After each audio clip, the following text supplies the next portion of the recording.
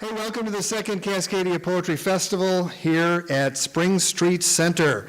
Thank you so much for being here. So many amazing people in this room from as far away as Whitehorse in Yukon Territory and Ellensburg and all over the Northwest. This is going to be just an amazing weekend, and I'm very grateful that you're here. I'm Paul Nelson. I'm the founding director of SPLAB, Seattle Poetry Lab. And SPLAB was the group that envisioned this festival and pulled it off once already in 2012. But this iteration of it is 10 times larger, at least 10 times larger. And we're grateful to a lot of people for that. First of all, the SPLAB Board of Directors, several board members are in the house, like Joe Shivany and Nadine Maestas. Are they around? There's Nadine. Where's Joe? There's Joe. The SPLAB Board deserves a hand because...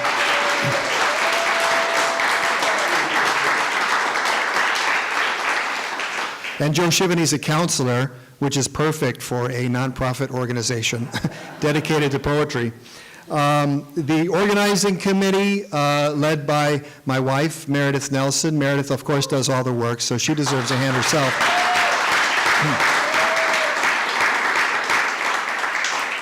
But Angel Lateral and all of the volunteers who've been working for about a year on this deserve your gratitude.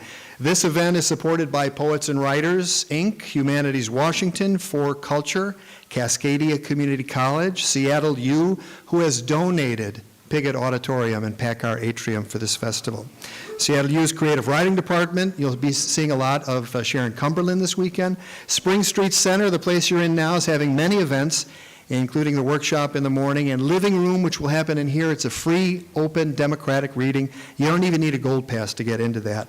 And Spring Street Center is run by Subud Greater Seattle, which is a spiritual community that has owned this house here for 40 years this year, which is pretty amazing. They bought it for $23,500. Unbelievable. And they'll sell it for twice that, I think. The Common Acre was one of our first main funders, Bob Redmond's organization. The Common Acre produces public programs at the intersection of earth and art. Sakura in Burlington contributed to our Indiegogo campaign, an amazing sushi bar in Burlington, of all places, and we're grateful to them, to 826 Seattle, Naked City Brewery and Tap House, providing the beer for the Beer Slam tomorrow night at 10 o'clock downstairs at this place. And Central Co-op, who's helping us out with some of the food, Restaurant Zoe, which is an amazing restaurant at 14th and Union, and the Nanaimo Local Organizing Committee, and the hosts of Cascadia 3 next year, April 30th through May 3rd. The Nanaimo folks are in the room too, some of them anyway, so.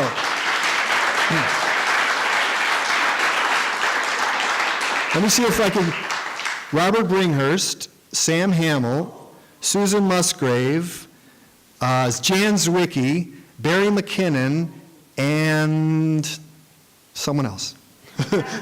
I think I had most of the headliners, so they've all agreed to be there. So we hope that the dialogue continues, because this is a dialogue about bioregionalism and what it means to live in this part of the world, and what it means to understand deeply this part of the world, and what is the literature of this part of the world. So you can find out there are many books being sold by Seattle U. Please buy books. Buy them tonight. Buy 2 and give 1 to a friend. Buy them at the small press fair. There are copies of Force Field, and we will have those all night in the living room outside. There's a great article in The Stranger, which just came out, The Current Stranger, so make sure when you go, grab 3 out of the stack. And I'm going to read this quote because I think it was very well written by Paul Constant. It's important that poetry is embracing the idea of Cascadia, because poetry is at the forefront of literature. It embraces and exhausts trends faster than prose. It allows for more experimentation, and poetry's exquisite little bursts of passion are perfect for the beginning of a movement when everything else feels new and alive. He envisions a Cascadia Book Festival down the line, which someone else is going to have to organize. But he says, this is where everything gets hashed out, where the poets drink and fuck and fight about Cascadia and what Cascadia means, and whether Cascadia is even worth the trouble. And of course, we have 4 bedrooms upstairs, so should the need arise, be safe. George, you'd never thought you'd hear about safe sex 40 years ago, but here it is. So all the stuff is in the program, and please look it over. We've got volunteers here, Meredith, myself, Angel, and others. I'm just so grateful that there's all you are here tonight. And this woman has been doing poetry in this town for, I don't know, at least 25 or more years. She was associated with Bumbershoot. She's been on the organizing committee. She was one of our features at Cascadia 1, and we're delighted to present her as the MC for the kickoff reading for Cascadia 2. Please welcome Judith Roche.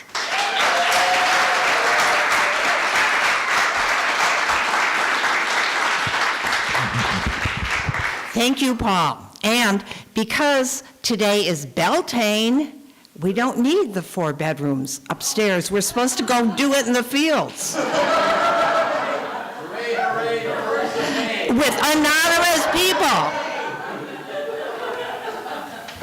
Well, it is Beltane, it is May Day. I have been humming to myself the Internationale all day long. I wish I could sing it for you, but it's actually very good that I can't. So, and then the other thing that I knew about May Day, I learned when I was a little girl, and my mother had us make little flower baskets and put on the neighbors' doorsteps all the time. On this day, on May Day. So, I'm going to read you a poem about the flowers to start off here. The flowers.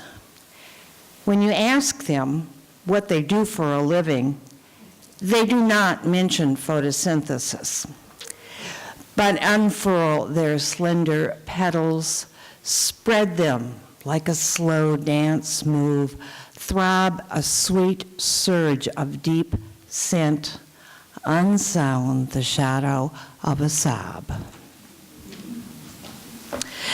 So I have the pleasure of introducing our 7 readers tonight. And we are going in order, alphabetical order. And our first is Joanne Arnott. She is a Canadian Métis writer. I hope I've said that right.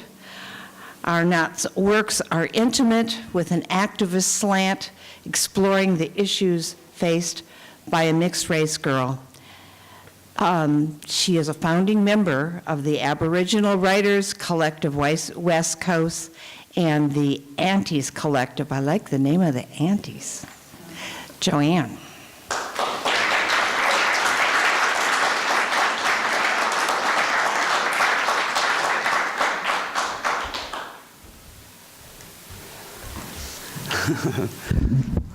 Good evening, everyone. Thank you so much for inviting me. I was going to say inviting me up, but I think we decided in the living room that it's down. So thank you for inviting me down.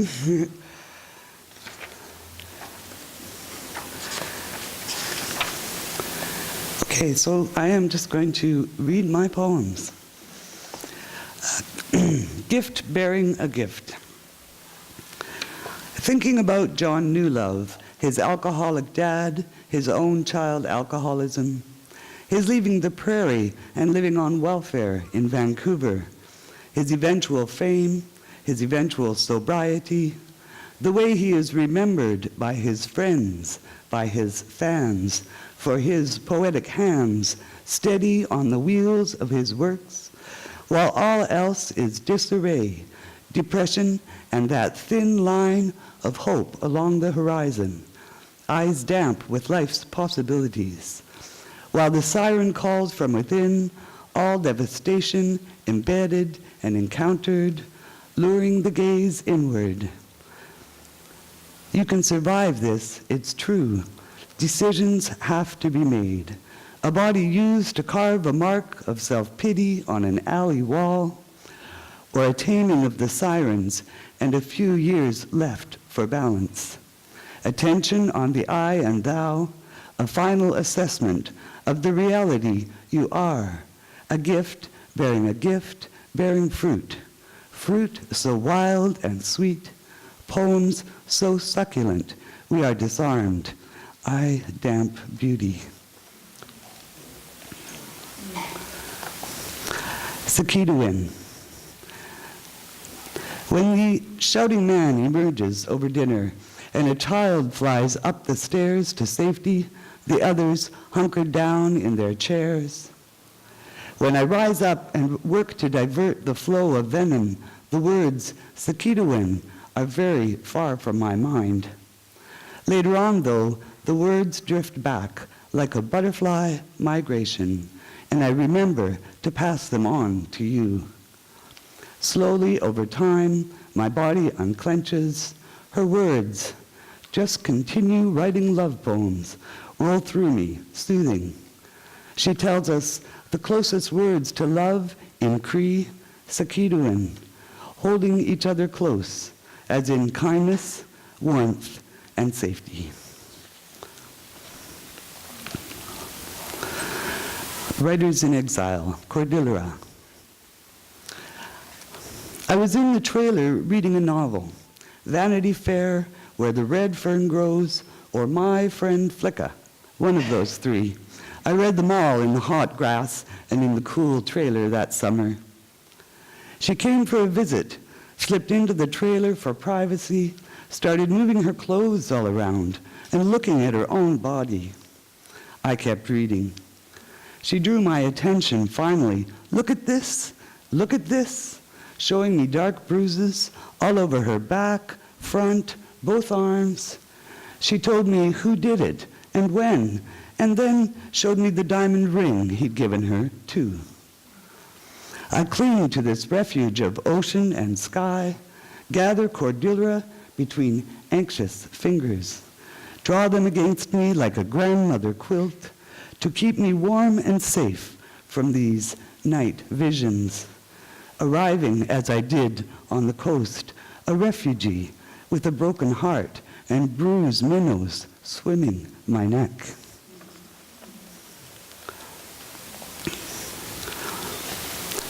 Constance. This is a poem based on drunk dialing. A friend of mine liked to phone me when she got really drunk, so that's where we start. Constance. When I was pregnant, she told me, reaching back more than 20 years for the memory, I put sunflower seeds on my belly. I used to read aloud to my son so he could hear our bones. I love our voices, she said. Chickadee and sparrow flutter down, lured by the seeds and undisturbed by our voices. I put your hand on my belly.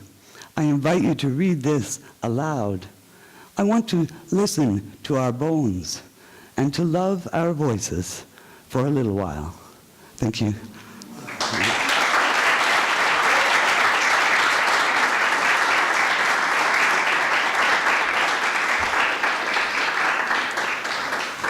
This is a terrific anthology, so I hope you buy it. We have plenty for sale out there. We are next going to hear from Yvonne Blomer, who comes from Victoria. She is a writer, critic, teacher, and poet. She is the artistic director and host of the Planet Earth Poetry Reading Series in Victoria, and her third book, As If a Raven, has just appeared from Palimpsest Press, and it has the most gorgeous color. I hope it's for sale out there, too. Oh, good. It's beautiful. All right, Yvonne.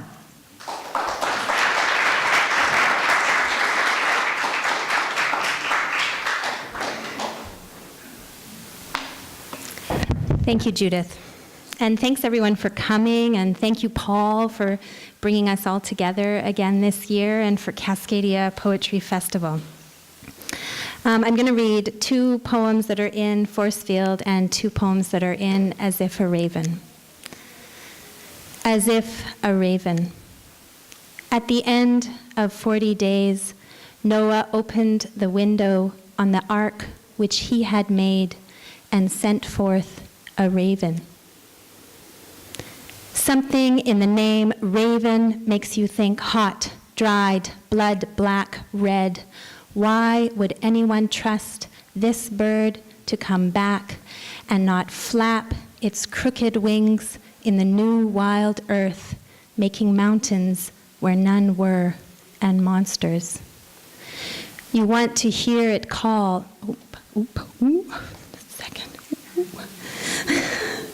I was sitting there thinking, I'm not going to forget.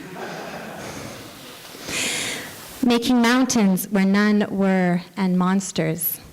You want to hear its call, know that something is, in fact, out there, powerful enough, a totem to sky and rain and water that could harness this bird and bring it back, it calling you back, raven, raving, ravenous.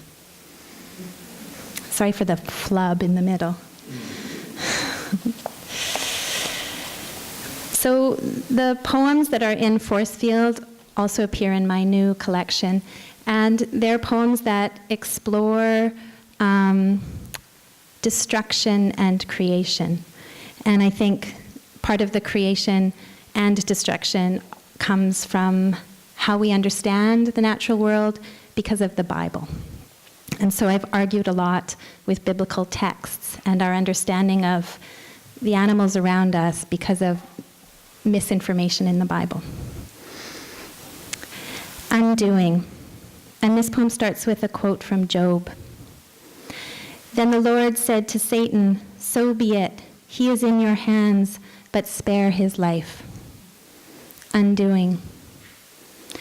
The canal-centered cormorant, suspended there, and just now buoyant on some pogo-like stick.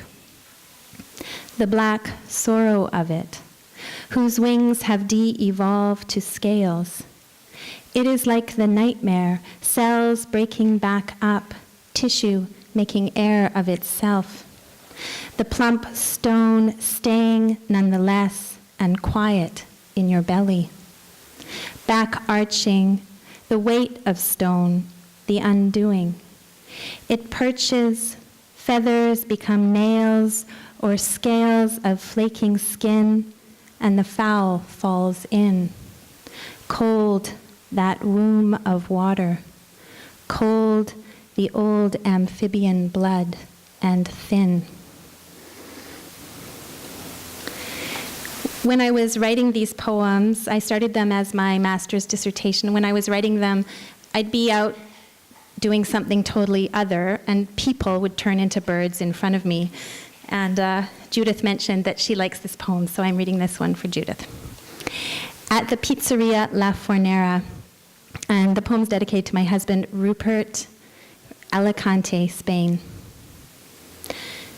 Not moonlight, nor sunlight, but day falls partly lit in this cave, this bodega of restaurants that begins its turn toward dark.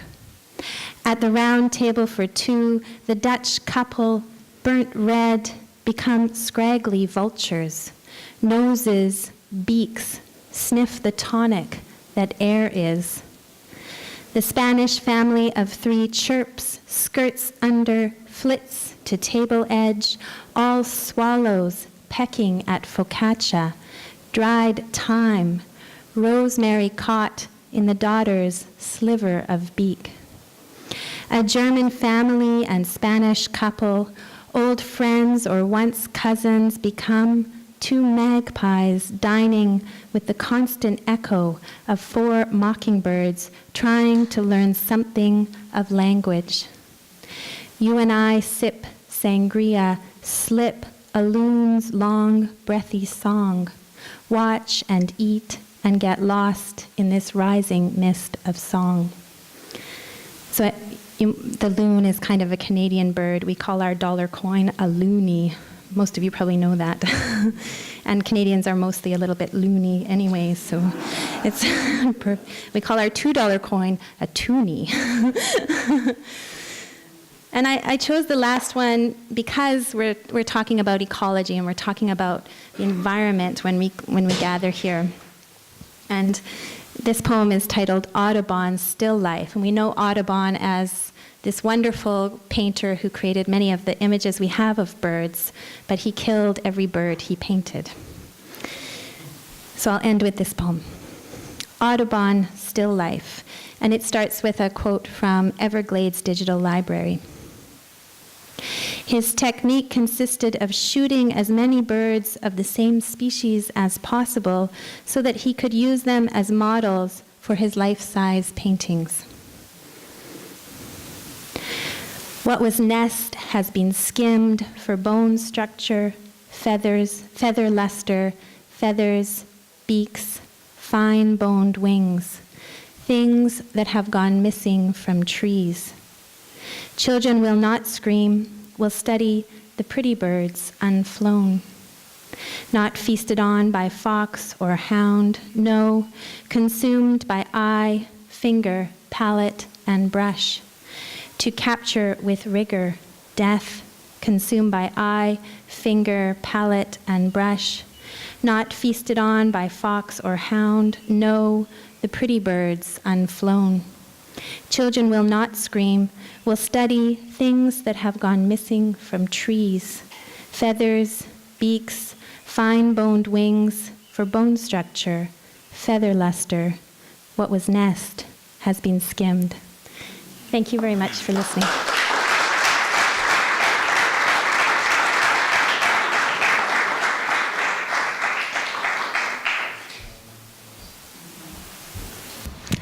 Nice to hear a bird outside with Yvonne's bird poems.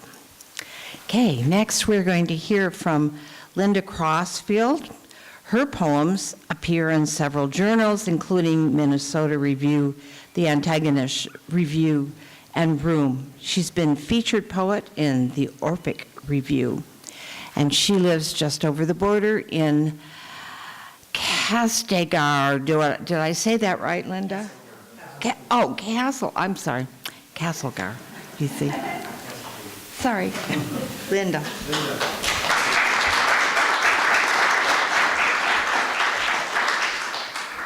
Actually, technically, I live in Utashenya, which is even harder to say. Yes, we're celebrating books and writing, and it's wonderful to be here. Thank you. And this poem is called Book. Keeper of stories, page turns, a quickening, consolation on a cold night, up past bedtime friend. In Kerala, a book of healing written 1,000 years ago. A book has eyes that watch the one who holds it. A book is never owned, but safe kept for a time. A place to hide a social note, its tenebrous reply. Space nudges script, nudges space. The promise of an empty page. This next poem is called When Talking Ends. It's about my mother and little adventures that we still have together. The setting is actually in Nelson, where she lives, and I'll just introduce you to a little part of Cascadia, When Talking Ends. My mother hits the wheelchair door release. Not that she's in one, but the doors are too heavy to push, she says, talking steadily as she gets in the car, doesn't notice I'm listening to CBC. Gian's talking to Amanda, who was held captive in Somalia 400 days, lived to write a book about it. And if I want to know what happens, I'll have to read it because Mom's not going to stop talking.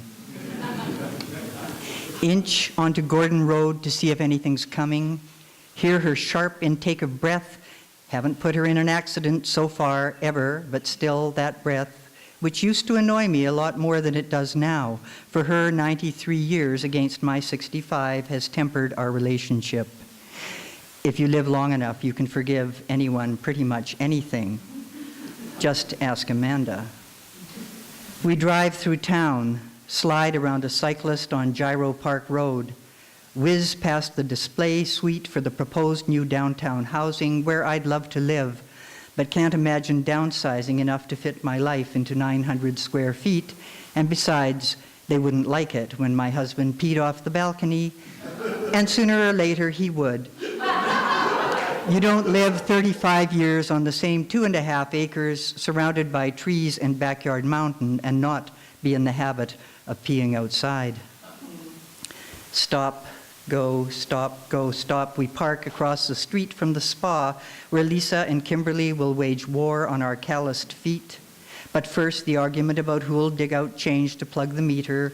I have the required coinage, but she wants to top it up while talking. Crossing the street, she takes my hand to foil the sun, whose duel with fencing shadows on the pavement beneath the trees threatens to trip her, but she won't use a cane. They're for old people. Inside the spa, we're ushered into matching chairs. Our feet plunge into stainless steel pools of almost too hot water. We choose our colors, and the pampering begins. Old polish off, clipping and filing, scouring of calluses, pouring of tea. On with the new, beige pink neutral for her, deep plum for me, in honor of the ones still falling off the trees out back. And I should be picking them up, but no, I'm here having my feet tended to as if I were somebody. My mother's somebody, and she's still talking. We're all somebody. That there are places on the planet where such self-centeredness could be viewed as criminal shames me, blames me, but I carry on, for this is something my mother likes to do, and at 93, how much longer will she be around to do it? I've learned to grab these moments as we hold fast, dig our toes into sands of memory, raise a glass to the rightness of a late summer day, and I try not to think about when talking ends, and only the memory of this perfect slip of time remains to cleave the sadness. And finally, this is a little thing about smoking.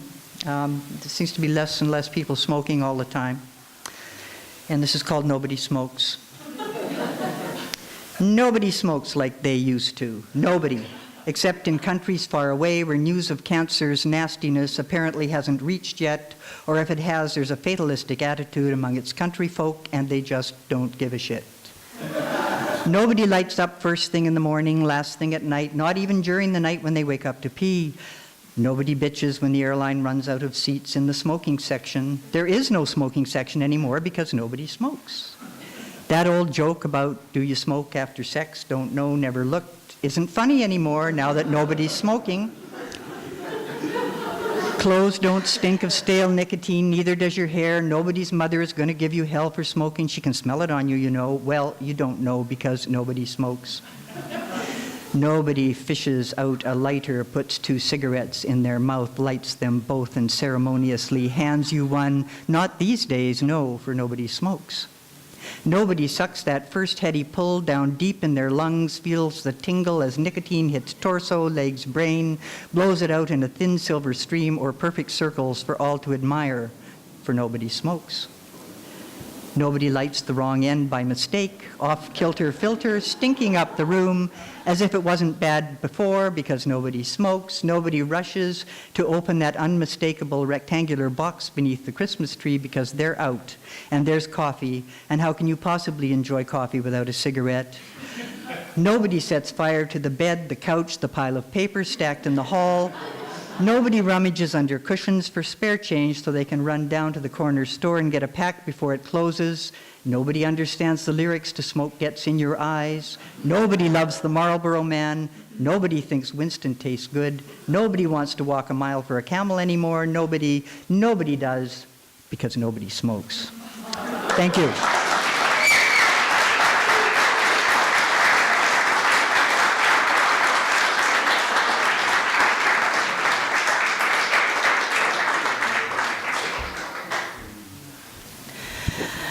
Made me want a cigarette.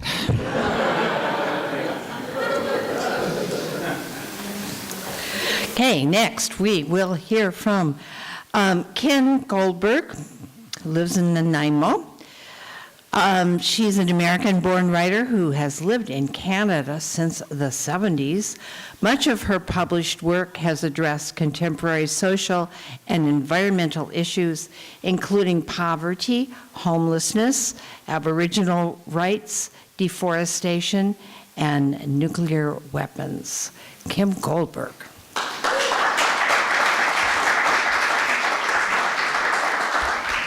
Thank you very much. It's a pleasure to be here, and I was at the first Cascadia Poetry Festival, so I'm loving it, coming back and seeing it even bigger than the first. You know, you really planted a seed there, Paul, and it has grown.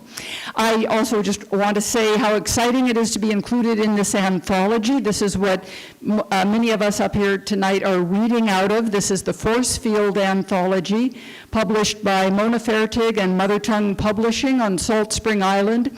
And what's significant about it is there are 77 BC women poets in it, and it is the first women's poetry anthology of BC women's poetry in about 34 years, which is significant because there are a lot of BC women poets, but we have apparently not been anthologized for 34 years. Nobody had really noticed this until Mona said, let's do this anthology.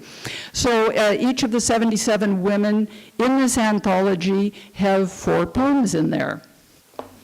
I'm going to share a couple of the poems from that anthology and then a couple of other poems. I live on Vancouver Island in Nanaimo, and every March we have just this phenomenal wildlife staging event in the form of the herring spawn.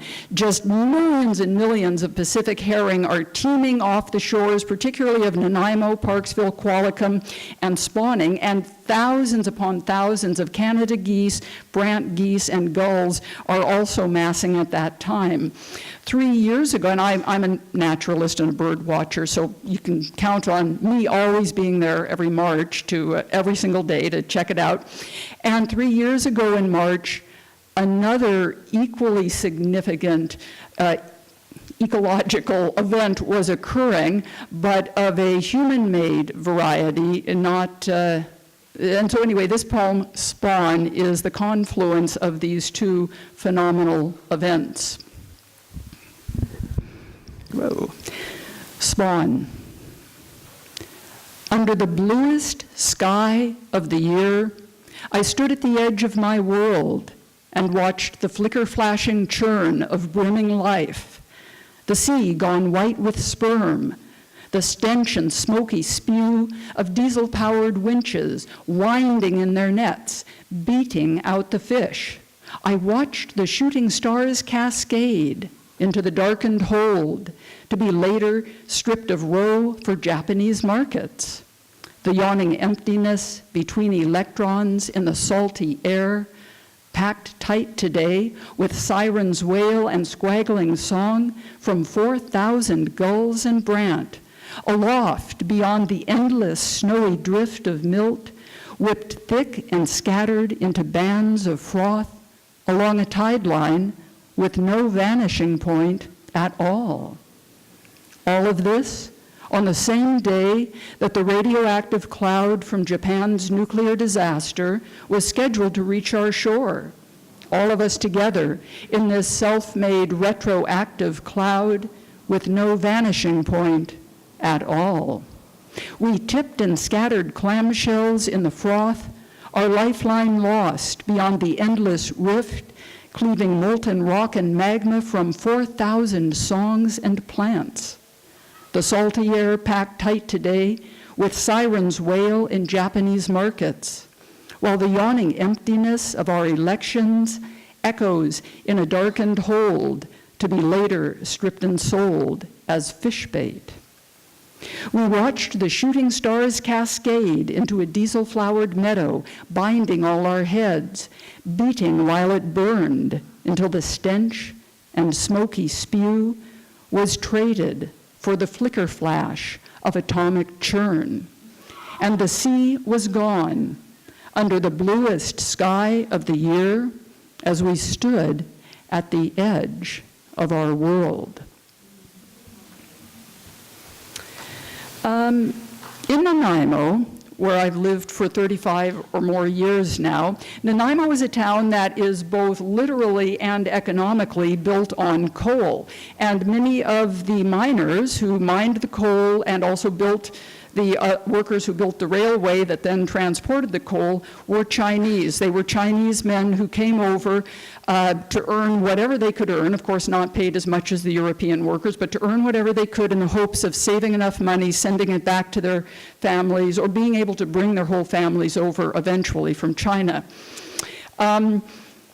And there, of course, have been terrible mine disasters in Nanaimo. The worst was, I think, in 1859, and about over 150 people were killed. There's a memorial placard naming all of the fallen in that one particular mine disaster. And all of the European miners, of course, are named by their full name: John Adams, Robert Smith, and all of the Chinese miners were known only as numerals. That's how they were recorded in the payroll books of the mine companies, only as numbers. So they're listed on the memorial placard as Chinaman 71, Chinaman 82, Chinaman 109. That's all they were known as. And there were about over 50 Chinese people listed that way. So this is Balance Point. In ebbing light, on rain-slick, oil-basted iron track, laid by men from China in a past century. Men handed numbers for payroll names to haul coal, pound spikes, die in lung-black mine shafts. Chinaman 71, I can't walk home. Each footfall, moth drops, sure or not, in line or off, into luminous, wind-tossed surf of fallen maple leaves, soft cradle of yellow palms waiting to catch me. As I was telling David before I got up here that, gosh, all my poems are such a downer. What happened to my, lighter poems? So anyway, I don't know if this one is actually going to do the trick or not, because, gee, it's about Jesus and it's about snails reproducing, and but I'm going to try. So, yeah, okay, exactly, okay.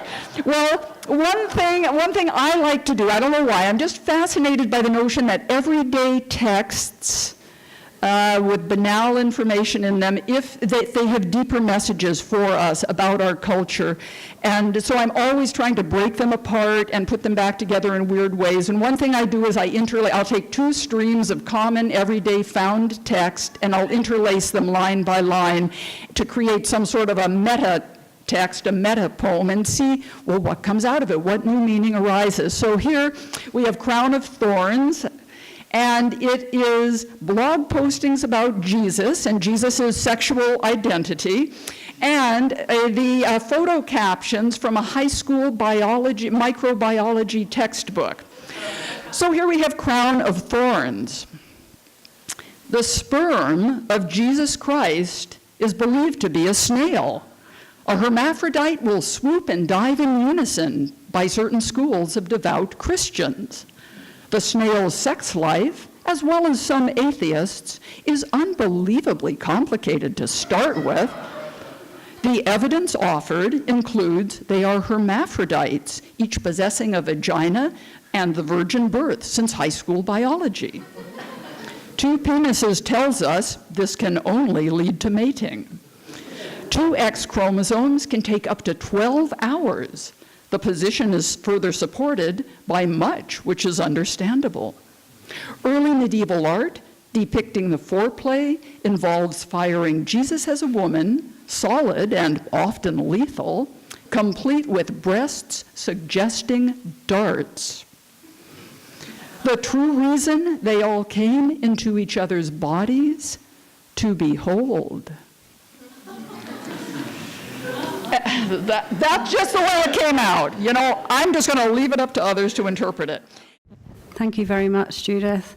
I too was here 2 years ago, and it's really amazing to be back and to see it burgeoning like this. It's just so exciting. And a lot can happen in 2 years, because 2 years ago I didn't have a book, and now I do. So it's a bit of a miracle, yes. Yes, so I live in Whitehorse in the Yukon, and I've just decided that I'm still allowed to be here, even though I'm just over the border. I call it the hinterlands of Cascadia, so I think I qualify. And I know obviously you can tell this isn't a Yukon accent. I am from the UK, but I know I'm a Yukoner because twice today I arrived in Seattle this afternoon on the bus and was exclaiming to Heidi, got to Seattle, it was so hot, it was minus 28. And obviously it's just become, it's in my circuitry now. Temperatures are always below 0. So yeah, that was a bit embarrassing. So this first poem, Red Canoe, it's called. It's sort of about the experience of coming from a very crowded place, as in Britain, to the wilderness, or at least as much wilderness as we're ever, I think, going to get now. I don't know how we define wilderness. That's a good question. Red Canoe. A red canoe complements the deep green summer that seduces me, kneeling as I scoop and spoon along a liquid highway. Forests pool like oceans in flat valleys that would drown me if I fell in. I miss the low, damp Celtic sky of home just once during large days of northern sun. Camping in a wild rose garden, I stand, arms raised to entice an absent rain. Along a fire break, I find a moose's rack embracing a yellow-eyed crocus. I circle, collecting stones to arrange an atheist's shrine. No Romans ever leveled, no cartwheels ever rutted this arid track. It was hacked by chainsaws along a trail already trodden. I'm from a conquered country, tethered by motorways that started as paths. I can't stop this country being trust, nor will I stay to watch. I'll go back to my belted land, grab the strap and yank the ratchet tighter. I'm a bit worried, like Kim, that it's going to get a bit gloomy, so I hope the next one is, we're going to have some laughs. So this next poem, if I can find it. This is, again, it's about my experience of living in the Yukon, and I'm vegetarian, so I have all sorts of conflicts all the time about the hunting culture. It's huge where I live, and it's also, obviously core to the First Nations culture there, the Aboriginal culture. So I have to be careful. So this poem, it's about my fear, my imagining of what would happen if hunting came closer into my life. Year of the Sheep. Our ancestors were cleared to the cliffs in the year of the sheep. Children and livestock rock-tethered against the wind that blew boats to New Caledonia. Not everyone sailed. Some clung to the crags while sheep sheared Scotland bare, making way for attrition by Munro baggers. You and I overshot our families by 3,000 miles and 200 years when we ran aground in the Yukon, high-jumping the 60th parallel. A new friend took you up ungrazed hills for days with guns, brought you back with sacks of bone and muscle. As his truck triumphed off, you stood in the driveway, threw up, and stayed outside to watch your vomit melt the snow. A month shy of Guy Fawkes night, you cut a bonfire out the back, a pyre to roast your vengeance meat. I brought you a mug of tea, flipped the memory card into black flames after I saw pictures of you, knees astride, pinning down Arctic willow, holding up the sheep's broad head by thick curled horns as long as your arms, nostrils blood-corked. You looked so surprised, as if you'd been expecting a woolly Scottish blackface ewe, but had slaughtered horned Cernunnos, the Celtic god of life. Okay, I don't think I'm going to raise maybe I should pick a funny one. I don't think I have any funny ones, I'm sorry. Yeah, I'll have to work on that. So this last one, it's one of my dog walking poems, but I think there's still dog in it, but the dog walking bit is kind of, you know how it is, these things disappear. It's sort of like a camera's, zooming in and out. You can see what you think. This is the house. This is the house where the dog clambers off the couch to cool on the carpet. This is the town where the people idle their car engines year-round. This is the land where winter is feeling its age. This is the planet that is sunlit, overheating. This is the land that burns coal to keep the people warm. This is the town that sets fire to its garbage. This is the creek that is melting, flooding. These are the aspens, marooned like abandoned punting poles, as if the leisured classes were the first to flee. This is the dog, shaking after cooling off in the creek, droplets drying before they reach the glass. Grass, grass. Thank you very much. Thank you.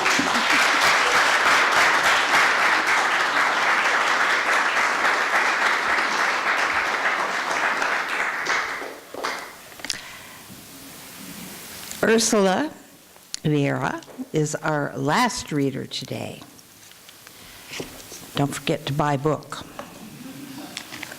Ursula was born in Germany, grew up in northern BC in a tiny place called Little Prairie, later renamed Chetwynd. Ursula studied creative writing at Malaspina University College, now Vancouver Island University, and worked at Ulachan Books for 10 years, then founded Leaf Press in 2001. Ursula.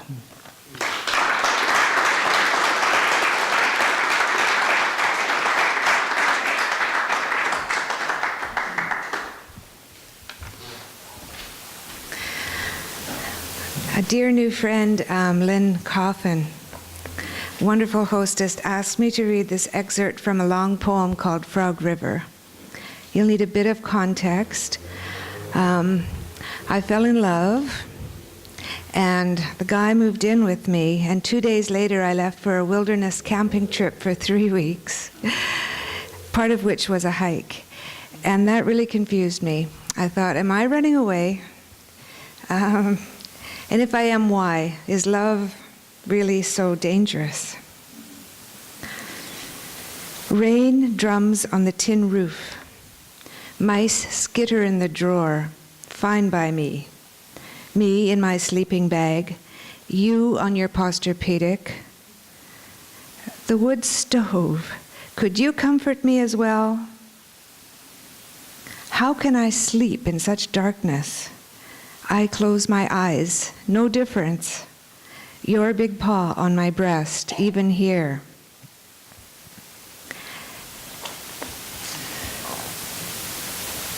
These are numbered, this is 6. Perfectly still, river becomes mountain, becomes cloud. Canoe becomes bird, the hollow bone. I'm afraid to look down, vertigo and the belly's lurch.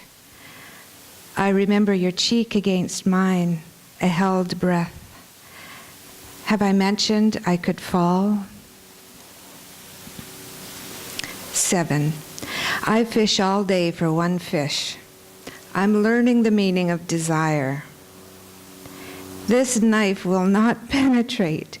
Slippery fish holds still. How did the mouse get in the trout's stomach? Cranberries, the red canoe, blood on the stone. Poor fish, I butchered you. I wish I had killed you beautifully.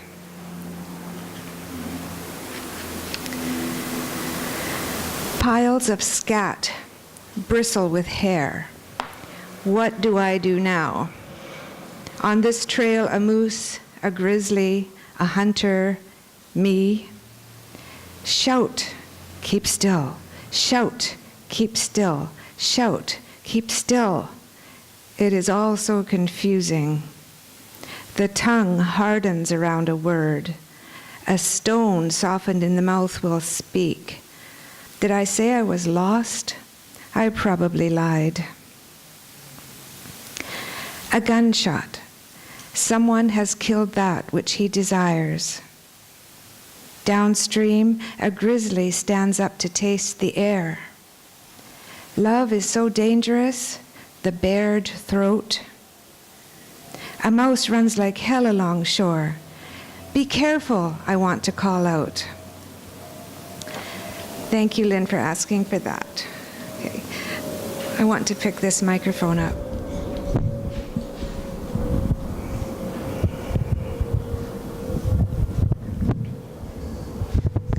The Cowichan River Trail.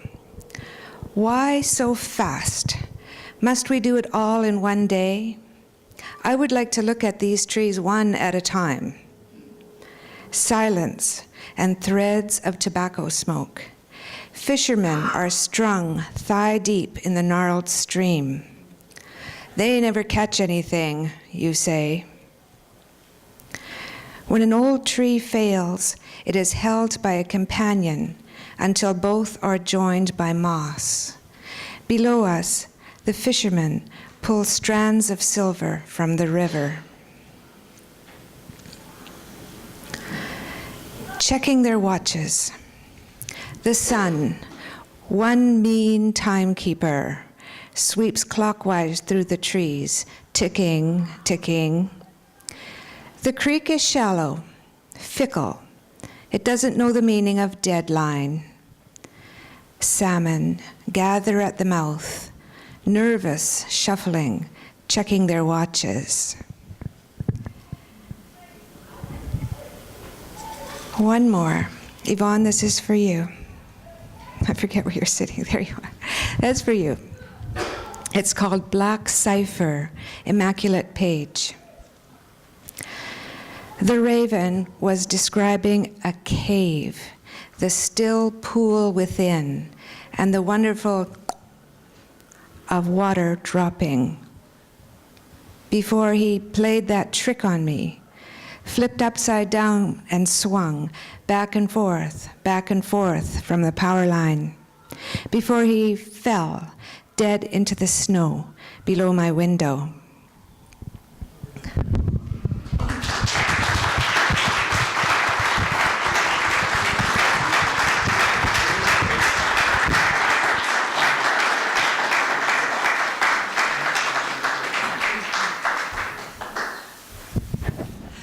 Well, thank you all for coming. This was a great reading. This is a really great anthology. I hope you buy it. And enjoy the next 3 days that are really programmed very, very full with all kinds of fascinating, interesting things. So see you guys at some of them. Bye.